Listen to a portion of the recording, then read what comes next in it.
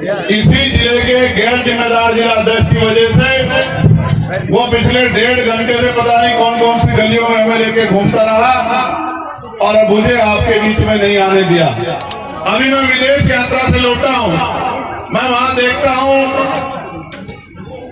कि वहां की औसतन आयु 80 साल है और भारत की औसतन आयु 60 साल है। यहाँ 50, 55, 60 साल में आदमी बूढ़ा हो जाता है, वहाँ 80 साल में भी आदमी बूढ़ा नहीं होता। उसका बड़ा कारण ये है, बस चले तो मैं अपने खून के एक बूंद लगा के आपके आंसू पहुंचने का काम करूं, लेकिन मैं हालात से मजबूर हूं, क्योंकि भारत में लोकतंत्र है और लोकतंत्र में जिसे आप वोट देकर राजा बनाते हो उसी की कलम में इतनी ताकत होती है कि आपकी जिंदगी बदल दे। जय भीम के लिए का नारा लगाने वाले तो बहुत आ जाएंगे, जो बाबा साहब अम्बेडकर को उनके विचारों को दिल से नफरत करते हैं, ऐसा जय भीम का नारा लगाने वाले बहुत आ जाएंगे, लेकिन बाबा साहब का झंडा लेके आपकी गरीबी, बेबसी, लाचारी को खत्म करने वाला अगर कोई आएगा तो आजाद समाज पार्टी फिर आर्मी का आदमी आएगा। मेरी बात को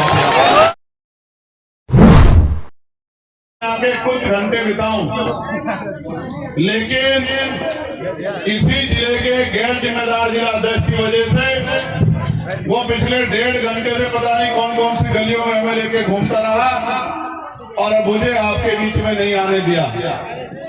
इस वजह से समय की कमी के कारण, क्योंकि 8 बजे मुझे फ्लाइट पकड़नी है और यहाँ से 3, 3.5 घंटे का रास्ता है, इसलिए मुझे वापस जाना पड़ रहा था।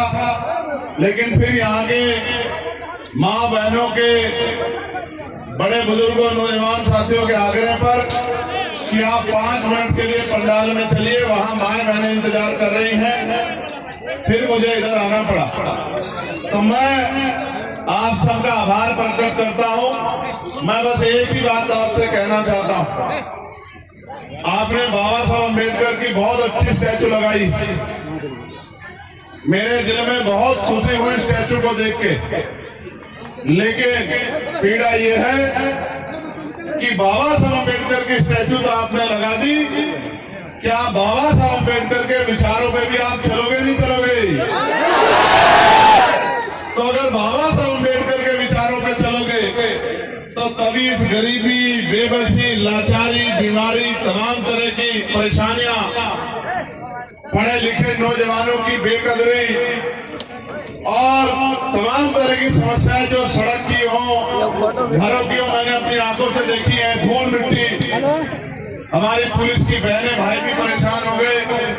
ये जो बुरे हालात आजादी के लगभग 80 साल होने को आ गए हैं, कहते हैं कि 80 साल में युग बदल जाते हैं, दुनिया बदल जाती है, 20 साल बाद एक सदी पूरी हो जाएगी, लेकिन भारत में अभी भी और भारत के हिस्से बिहार में अभी भी दलितों, पिछड़ों, आदिवासियों, मुसलमानों और अन्य धार्मिक अल्पसंख्यकों के हालात नहीं बदले हैं। इस बात को देख के मुझे बड़ी तकलीफ हो रही थी।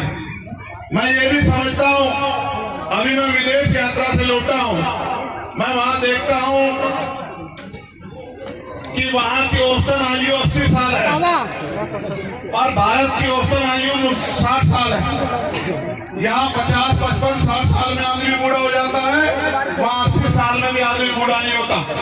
उसका बड़ा कारण ये है कि ना खाने को अच्छा भोजन मिलता है, ना पीने को साफ पानी मिलता है, ना रहने के लिए अच्छे घर मिलते हैं और ना ही पहनने के लिए अच्छे कपड़े मिलते हैं।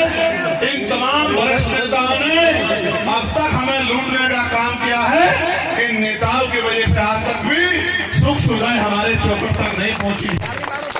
मैं नौजवानों को देख रहा था मोटरसाइकिल पे और कहां से मेहनत करके अपनी जेब का पैसा खर्च करके आज इस यात्रा में आए हैं, जय भीम का जोरदार नारा लगा रहे हैं। मैं ये भी देख रहा हूं कि किसी की चप्पल भी बहुत अच्छी नहीं है, किसी की चप्पल टूटी हुई, किसी का जूता टूटा हुआ है, लेकिन जोर जोर बाबा साहब का नारा लगा रहे हैं और गाड़ी के अंदर झांक झांक के मुझे देख रहे हैं। मेरे प्यारे भाइयों, मेरा बस चले, शांत हो जाओ, मेरा बस चले तो मैं अपने खून के एक बूंद लगा के आपके आंसू पहुंचने का काम करूं, लेकिन मैं हालात से मजबूर हूं, क्योंकि भारत में लोकतंत्र है और लोकतंत्र में जिसे आप वोट देकर राजा बनाते हो उसी की कलम में इतनी ताकत होती है कि आपकी जिंदगी बदल दे। प्यारे भाइयों, बिहार कमजोर नहीं है, बिहार के नेताओं की इच्छा शक्ति कमजोर है, बिहार कमजोर नहीं है। अभी भी बॉर्डर पर भाई शहीदुज्जमा साहब, और आज भी मुझे खबर आई, प्रधानमंत्री ने तो कहा कि सीज फायर हो गई है, अब अगर कोई भी गोली चलेगी या कोई आतंकवादी हमला होगा तो हम उससे निपटेंगे। लेकिन कल ही सिवान के राम प्रसाद बाबू की जान, जो सेना का एक जवान था जो शहीद हुआ कल, फिर इस मिट्टी ने जो है देश का कर्ज उतारने का काम किया। मैं बिहार के भाइयों आपको कहना चाहता हूं कि बिहार किससे पीछे नहीं है। जिस दिन यहाँ नेताओं में इच्छा शक्ति पैदा हो गई, जब इन नेताओं के दिन बदल सकते हैं, एक बार एमपी एमएलए बनने के बाद इनके घरों के हालात बदल सकते हैं, इनके घरों पे गाड़ी और सुख सुविधा आ सकती है, तो इस गरीब समाज के हिस्से में भी सुख सुविधा आ सकती है अगर नेताओं की इच्छा शक्ति हो जाए। प्यारे भाइयों बहनों, मैं ज्यादा समय नहीं खर्च करना चाहता, क्योंकि आप जानते हैं मैं अपनी तरफ से पूरा प्रयास करता हूँ, एक एक मिनट को लगाने का काम करता हूँ काम में। लेकिन आज मैं आपको वचन देके कहता हूँ, हम लोग मेहनत कर रहे हैं और मैं अपने नौजवान भाइयों से कहना चाहता हूँ, जो जय भीम का नारा लगाते हैं, खाली जय भीम का नारा लगाने से काम नहीं चलेगी।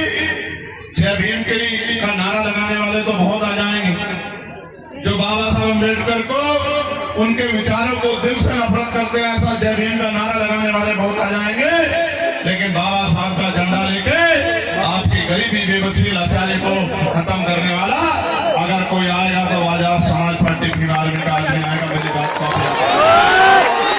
मैं बात इस आधार पर भी कह रहा हूँ, अनुभव के आधार पे। अब तक तो सब नेता थे, क्यों नहीं बदली आपकी जिंदगी, मुझे बताओ। मेरे आज भी याद है दिल्ली का कोरोना का समय, जब बिहार के जो मजदूर, मेरे परिवार के लोग अपना पेट पालने के लिए दिल्ली, गाजियाबाद में और लुधियाना, पंजाब में, जालंधर में रहते हैं, अमृतसर में, और जब वो अपने बच्चों को पीठ पर बांध के, मेरी माएं बहनें जो बड़ी बड़ी बिल्डिंग सीमेंट रख के बनाती हैं, जब वो निकल रही थी तो इन सरकारों के पास उनको बिहार भेजने के लिए ट्रेन की व्यवस्था नहीं थी, जबकि ये सारा सरकारी सिस्टम हमारे खून के पैसे से चलता है, जो मेहनत करते हैं।